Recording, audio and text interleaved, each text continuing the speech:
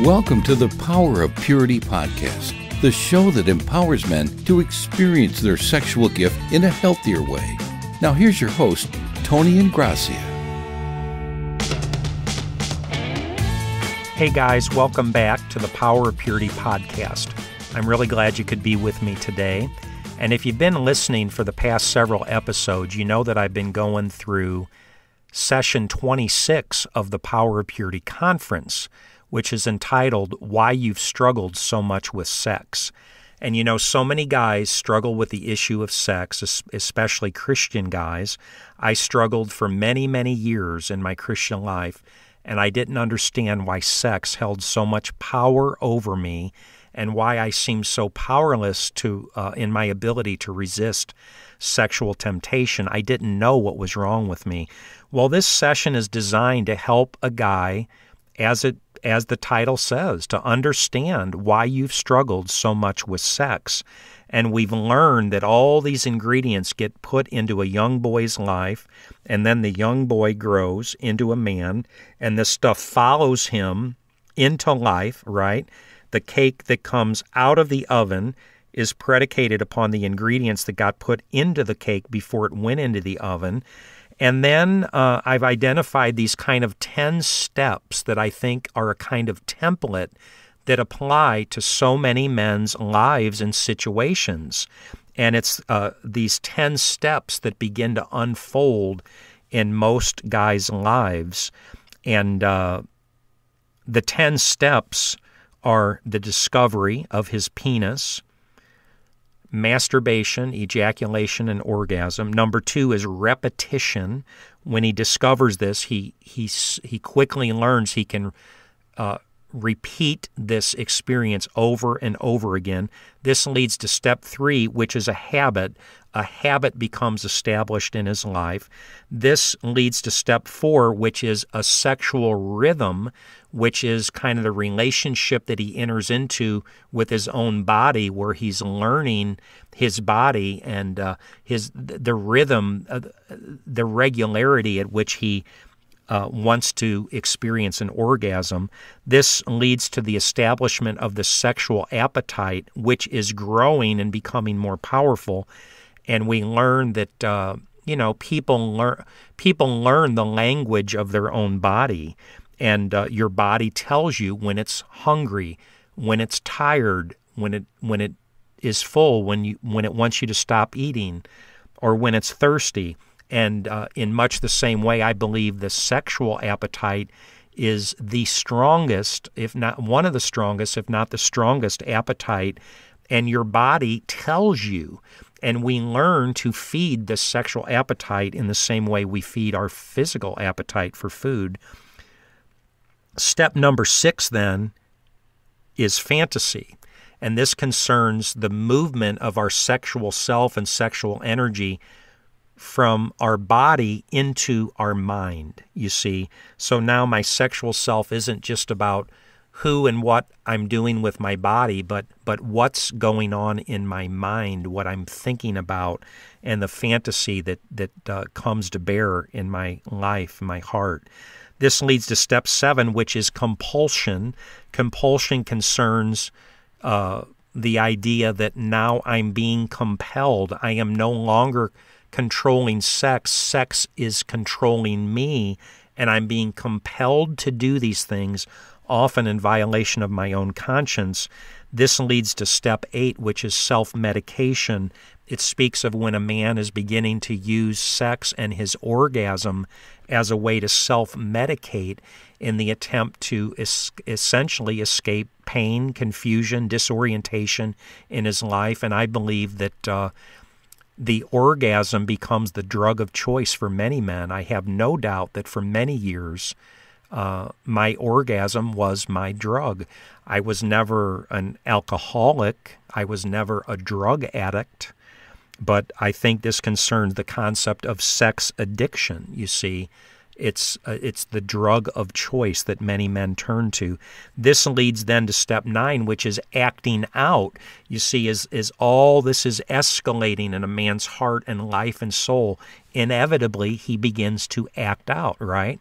in different ways. And how do men act out? In all kinds of ways, using prostitutes, going to strip clubs, looking at pornography, compulsive masturbation, adulterous affairs, homosexual activity, Craigslist, all of the above, and much, much more. And finally, step 10 is addiction. And we learned that Webster's defines addiction as a person who devotes or surrenders themselves to something habitually or obsessively. And I said that my simple kindergarten definition is that when something controls me instead of me controlling it. Well, we've covered the 10 steps, and what I wanted to do today, you guys, is just share a few observations concerning these 10 steps. These 10 steps that are common in the life of so many men, and they come about, I believe, in response to the natural result and outgrowth of the many ungodly and unholy ingredients that are stirred into the mix of a man's early sexual development. The 10 steps that I just mentioned: discovery, repetition, habit, sexual rhythm, sexual appetite, fantasy, compulsion, self-medication, acting out, and addiction. And so what I'd like to do is just share with you guys a couple observations now about these 10 steps. The first one is this. I don't necessarily think they're sequential, but that all 10 of these steps can be happening together in a man's life all at the same time. In other words, it's not a neat, clean, tidy process where a man transitions through these 10 steps one at a time. You complete step 2, so now you go to step 3. You complete step 3, so now you go to step 4. You complete step 4, so now you go to step 5. It's not like that, you see. In fact, I'd advocate that the process is something more like building blocks, where these steps are literally building upon one another. So it's not that any of them ever go away. They're always there, but we're building new ones on top all the time, you see, so that the advance or introduction of the next step doesn't eliminate the previous step, but in fact builds upon it, so these various steps then coexist together at the same time. And what this means is that a man can eventually have all 10 steps alive and powerful and functioning and interacting and interrelating all at the same time. Just like the cake metaphor, you guys, right? When you make the cake, you mix the ingredients together, and they're all mixed up all together, all at the same time, you see? And it's this mix that contributes to the cake, the final product that comes out of the oven. And so as a result, many men end up with all of these various sexual energies and motivations swirling around in their soul and their life and their sexuality all at the same time. So there's repetition happening, right? And there's habit, and there's a sexual rhythm, and there's sexual appetite that he's feeding, and he's being compelled, and he's self-medicating, and he's acting out, and he's an addict, all at the same time. All this stuff is going on. My second observation concerns the concept of escalation, if you will. Notice that throughout the process, there's a kind of escalation of a man's sexual self, where sex essentially is holding more power, more and more and more and more power in his soul and his life. See, where he's controlling sex less and less, and sex is controlling him more and more. It's through this process that a man's sexual self is becoming larger than him, in a sense. It's becoming bigger and more powerful in his life and soul than it was ever supposed to be. See, sex is becoming something dysfunctional, inappropriate, disproportionate, too powerful. You see, something that God never intended it to be. And this leads to my third observation, which is this. I believe that it's these 10 steps and this kind of escalation that essentially sets up many men, if not most men, for failure in their marriages. And I'm talking about sexual failure in their marriages. I'd advocate that because of this overall process, it inevitably sets a man up for sexual failure in the context of his marriage. Let me try to explain. As we know and understand, and as you stay tuned to this Power of Purity podcast, if you access the Power of Purity conference, I believe, I teach, and I think I can support biblically the concept that God's design, will, and plan is that a man's sexual gift should belong to his wife only. It should be expressed in the context of his marriage with his wife, or what I call wife-size sex, which, by the way, is session 11 in the Power of Purity conference, wife-size sex. Or said another way, a man's body belongs to his wife. His sexuality belongs to his wife. His penis belongs to his wife. His orgasm belongs to his wife. And his wife should be the sole focus and attention of his sexual desire and expression. That means that the only time I open my sexual gift is with my wife, to share it with my wife, you see. And inevitably, this leads to a big problem for many men when they get married, you see, because way before they even met their wife, all this stuff was happening to them. The ingredients were getting put into their sexual cake, and the escalation of the 10 steps was happening, and all these powers exist in their soul, you see, even before they get married. It's as if the size of their sexual self is already expanded and enlarged bigger than them because of the process of the 10 stages that we've been talking about. So as a result, when he gets married, almost without exception, his sexual self and his sexual desire are way bigger than they're supposed to be, than they were ever intended to be. Sex holds more power and inappropriate and dysfunctional power in his life and soul than it was ever supposed to be, you see. So this leads to an inevitable tension in this man's life and soul and marriage because his wife is simply incapable of providing for him and satisfying the high level of sexual activity and orgasm that he's trained himself into, that he's become accustomed to over the years. You see, through the development of his habit, his sexual rhythm, the sexual appetite, and the addiction, and all these things that come to exist inside of him. And as a result, this tension leads quite naturally to his inevitable failure in the context of his marriage. And so this manifests itself in at least several very predictable outcomes, which could include any of the following expressions. I have this concept that I think is really important, you guys.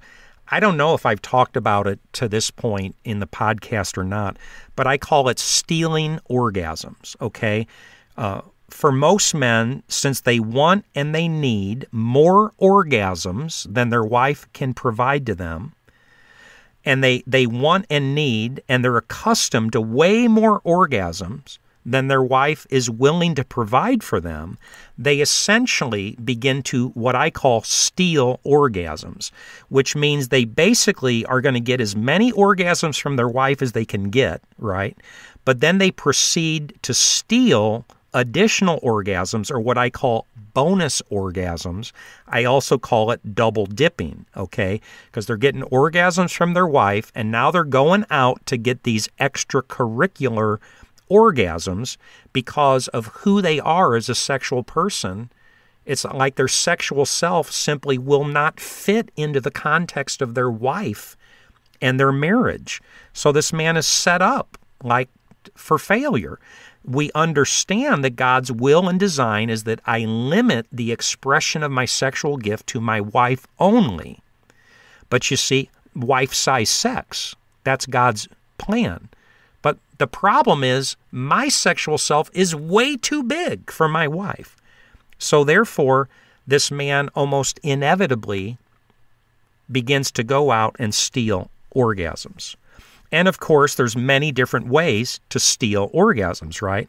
And although many men resort to different ways of doing this, suffice to say, for our purpose right here, internet pornography and masturbation is like a default mechanism for many men. So you see, in order to serve my sexual self, my sexual appetite, in order to feed my body what it needs and what I've come accustomed to, I need my wife, but she ain't enough. I need internet pornography and I need masturbation, at least, you see. And another expression of this sexual failure, number one, is stealing orgasms, okay? The next one is the concept of duplicity, okay?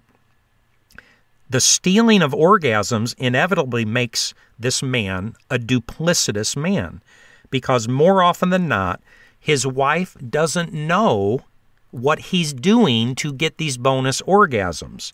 She doesn't know that he's stealing orgasms, you see. So as a result, he's essentially representing himself to be one sexual man to his wife, when in fact he's a very different sexual man than the one he's allowing his wife to believe that he is. You see, she thinks she's married to a certain man, ABC. My husband is ABC, when in fact he's XYZ. This means that he's now two different men. Thus the concept of duplicity. He's the man that he really is, and he's the man that his wife thinks he is. And along with its duplicity come at least a couple other issues that are complementary. One is keeping secrets, because the man now has these secret and clandestine activities going on in his life, right? He's stealing orgasms. He's getting bonus orgasms. He's looking at porn. He's masturbating. He's going on Craigslist. He's having sexualized chats with other people. Maybe he goes to strip clubs on occasion. Maybe he's using prostitutes. God only knows, but whatever he's doing to get his bonus orgasms, it's making him a man of duplicity. And now he has secrets that nobody knows about. He has secrets that he's keeping from his wife. And this means that there are now parts of his life that his wife doesn't know about, and these issues are secrets. And what this means now, the next step is that he's living a lie. Because the man has this duplicity, he has these secrets in his life. He's representing himself to be one man to his wife, when in fact he's a very different man than the man he's representing himself to be. So now, very sadly, he's in the position where he's essentially living a lie within the context of the most important relationship of his wife. He's representing himself. He's letting his wife believe that he's a particular man, but he's got these secrets, and he's living a lie. 1 John chapter 1, verse 6 says, "If we claim to have fellowship with him and yet walk in the darkness, we lie and do not live out the truth." A couple observations from this scripture. Notice the connection between what you're claiming and the lie. You see, it says, if we claim to have fellowship with Jesus, but we're really walking in the darkness, then you're lying. You're living a lie, and you're not living the truth. So you see, there's a connection between what you're claiming to be, what you're representing yourself to be, versus who you really are. And the conclusion is that means that you're a liar. You're living a lie. In other words, you're not who you're representing yourself to be. And when you're living a lie, guess what, guys? It leads quite naturally to the next dynamic, which I call the cover-up, okay?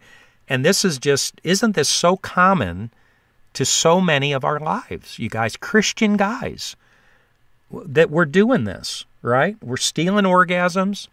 So now I'm becoming a man of duplicity. I'm keeping secrets. I'm living a lie. And it inevitably leads to what I call the cover-up. So as all these issues are creating this kind of endless cycle in a man's life over a period of months and then years, maybe he's doing this, he inevitably is now living a cover-up. Essentially, the man never really intended, deliberately, intentionally, to perpetrate these offenses against his wife. It's not as if he had malice in his heart. He's simply living out the reality of who he is. You see, who he became in that metamorphosis from the young boy way back when he had all those ingredients stirred into his sexual development, which led to the escalation of those 10 steps that we reviewed and have now contributed to the sexual man that he is today. He's just living out his life, who he is as a sexual person. But it doesn't fit in his marriage, you see, so it's a big problem. And as the reality of these dynamics in his life and his marriage accumulate over time, this man has an intuitive sense, I'll really be in big trouble if I ever get caught. Because now he has all these secrets and he's been living this lie for a prolonged period of time. I mean, to get caught and to have to admit to your wife that you've looked at porn and masturbated one time, or maybe a couple times, that's one thing, right? But to have to admit to her that you've been doing this for years, probably ever since you got married, you've been doing this, it's quite another thing. And to admit the true extent of your use of porn or your use of Craigslist or the fact that you've been dressing up in your wife's undergarments, it's virtually impossible to do for most guys. Therefore, as time's going by, there's like this growing accumulation of guilt, you see, an accumulation of behavior and guilt and shame, and there's an ever-increasing pressure on the man to not get caught. Because if I got caught with a little pile, I'd be in trouble, but this pile is huge. So as this accumulation occurs, there's a growing pressure on him. Now I really can't get caught. So the cover-up gets deeper, you see. And so now he's living in the status of this perpetual cover-up as he seeks to keep his secret life and self and duplicity the secret that he needs it to be, because God forbid if anybody found out who I really am and what I'm really doing, you see. And by the way, I'm going to throw this in for free. This is often why women are so deeply and profoundly hurt and offended and feeling betrayed when and if they eventually discover their husband's sexual secrets, because they in fact realize that their husband has been living a lie to them, presenting himself to be a different man than the man he really is. And this inevitably creates a massive insecurity in many women, because they then feel that they don't even know the man that they're married to. Oh my God, I don't even know who you are. I've seen this over and over again, that women are hurt more by the lie that their husband has been living than the actual sexual offenses themselves, you see. So all of this is bad news, guys, right? It's all bad news. And as I work toward the conclusion of this episode and the conclusion of this particular session, understanding why you've struggled so much with sex, I want to conclude with 3 steps of freedom, okay? If the reality of these 10 steps are alive and powerful and at work in a man's heart and life, what does he do? Where can he go? How does he break the old cycle and the old power of these 10 steps to find true freedom and true healing and true redemption? Well, it's not an easy answer, guys. It's more often than not a complex answer. And I might suggest that's the purpose of the Power of Purity Conference and why I have 30 sessions, because I'm speaking to all kinds of different aspects and angles of this thing.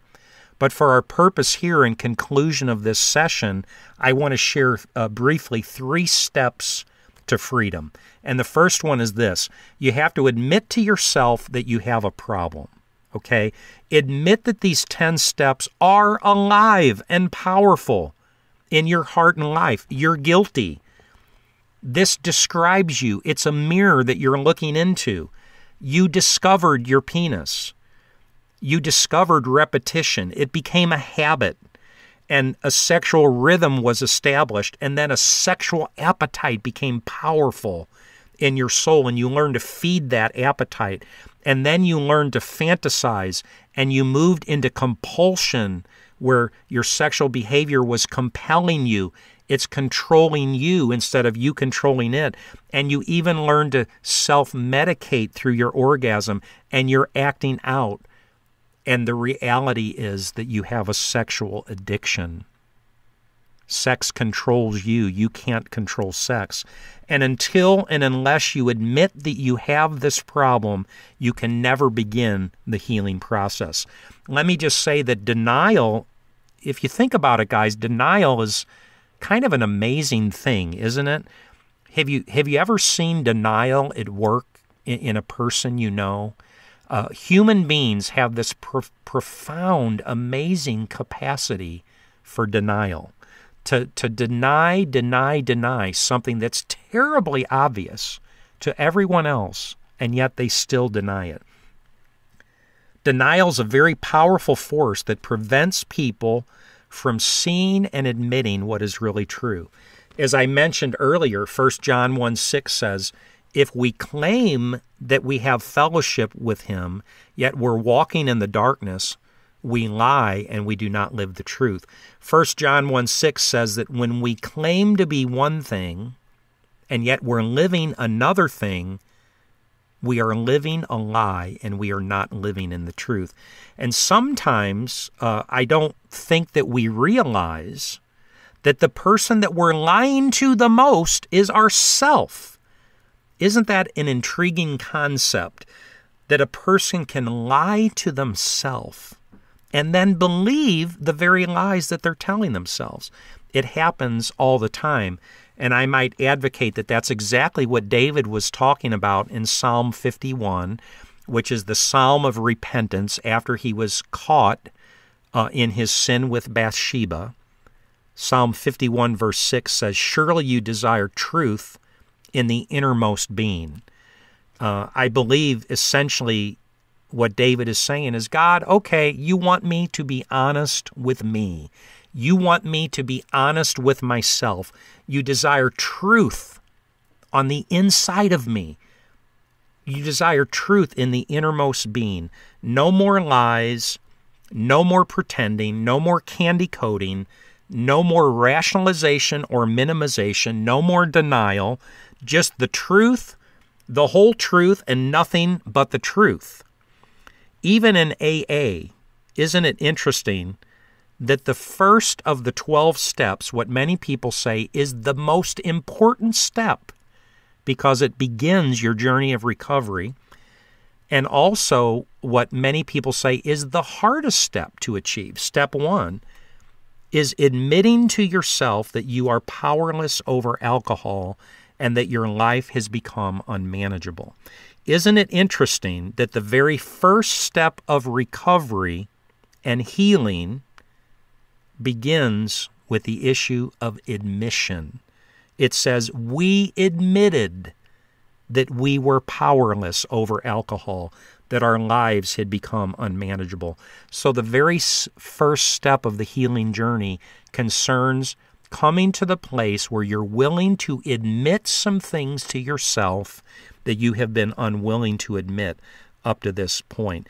In other words, the very gateway of recovery occurs when a person's finally able to admit to themselves that they have this problem in their life. Guys, does the shoe fit? Have you had a problem with this for years and years and years and years, and you've been living these dynamics, hiding it, duplicity, living a lie, keeping secrets, and you've been trying to represent yourself to be one person, and not really admitting to yourself that your problem is as big as it might be. So guys, step number 1 is admitting to yourself that you have a problem. Step number 2 is to realize that the solution has something to do with you and God. I would advocate that there will always be a spiritual aspect to the true solution and healing of our lives and souls, and even of our sexual selves. Again, even in AA, the second step of the 12 steps states, we came to believe that a power greater than ourselves could restore us to sanity. You see, the bottom line is this, you guys. God is the ultimate resource in life.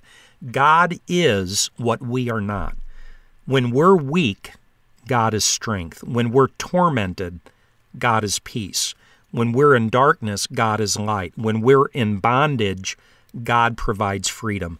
When we're surrounded by death, God is life. The fact is, if you could have helped yourself, or if you could have delivered yourself from your problem using your own resources, your strength, your wisdom, your power, your understanding, you probably would have fixed yourself a long time ago. But you didn't fix yourself because you can't fix yourself, and that's why we need God. You see, we need to acknowledge that I need a strength, a power, a wisdom, a love, a grace, a mercy outside of myself that's greater than me. Because you are not the greatest resource of your life. God is the greatest resource of your life. And the sooner that you're willing to understand that and accept that and submit to the reality of that, then the sooner your true healing and your true redemption and the healing journey of your life can begin, and your heart and your life and even your sexual self can experience redemption. And the third point I want to mention, you guys, is that we need to begin to walk the healing path that God has intended for our life. More often than not, I would advocate God's healing path will not involve an event, but better said, a process. Or said another way, God's healing path will not include a step, but steps, S, plural, steps, and that will be required to take many different steps on the redemptive pathway that God has intended for our life. This pathway will no doubt include, among many other things, many of the principles and lessons that I'm trying to present through the extended Power of Purity Conference, including such things as learning to walk in the light with yourself, others, and God, identifying, understanding, and renouncing ungodly and unholy sexual roots that were established in your life, probably as a young boy, beginning to understand the story of your life and beginning to heal from the hurt, the damage, the pain that you've suffered in this fallen world, beginning to understand how you've used sex in such an unhealthy way for your emotional equilibrium in the attempt to soothe and anesthetize the pain of your life, learning the true design and purpose of sex, and learning to shift your sexual expression from the realm of lust sex to the realm of love sex, which is a very, very important session in the Power of Purity Conference. Understanding and embracing the concept of wife-size sex and developing the battle plan that's going to enable you, by the grace of God, to begin to control sex instead of being controlled by sex. You see, it's these various initiatives and many more like them that will enable you to bring your sexual gift under the authority of God and empower you to begin to honor God with the expression of your sexual gift for the rest of your life. In conclusion, there are at least 10 common steps that many men struggle with as a result of the ungodly and unholy ingredients that got stirred into their sexual development as a young man. Step 1 is the discovery of his penis, the discovery of masturbation, orgasm, and ejaculation. Step 2 is repetition. Step 3, habit. Step 4, sexual rhythm. Step 5, sexual appetite. Step 6, fantasy. Step 7, compulsion. Step 8, self-medication. Step 9, acting out. And Step 10, addiction. And together, an understanding of these steps, guys, I pray will help you understand yourself better than you ever have before and help you along on the healing journey of your life. And together, it affirms the thesis of our session, which was this: when you understand the very unhealthy way that your sexuality developed, you'll understand why you've struggled so much with sex. So thanks for tuning in, you guys. If this has been helpful, please tell somebody about it, and I'll look forward to seeing you in our next episode. God bless you. Have an awesome and a blessed day.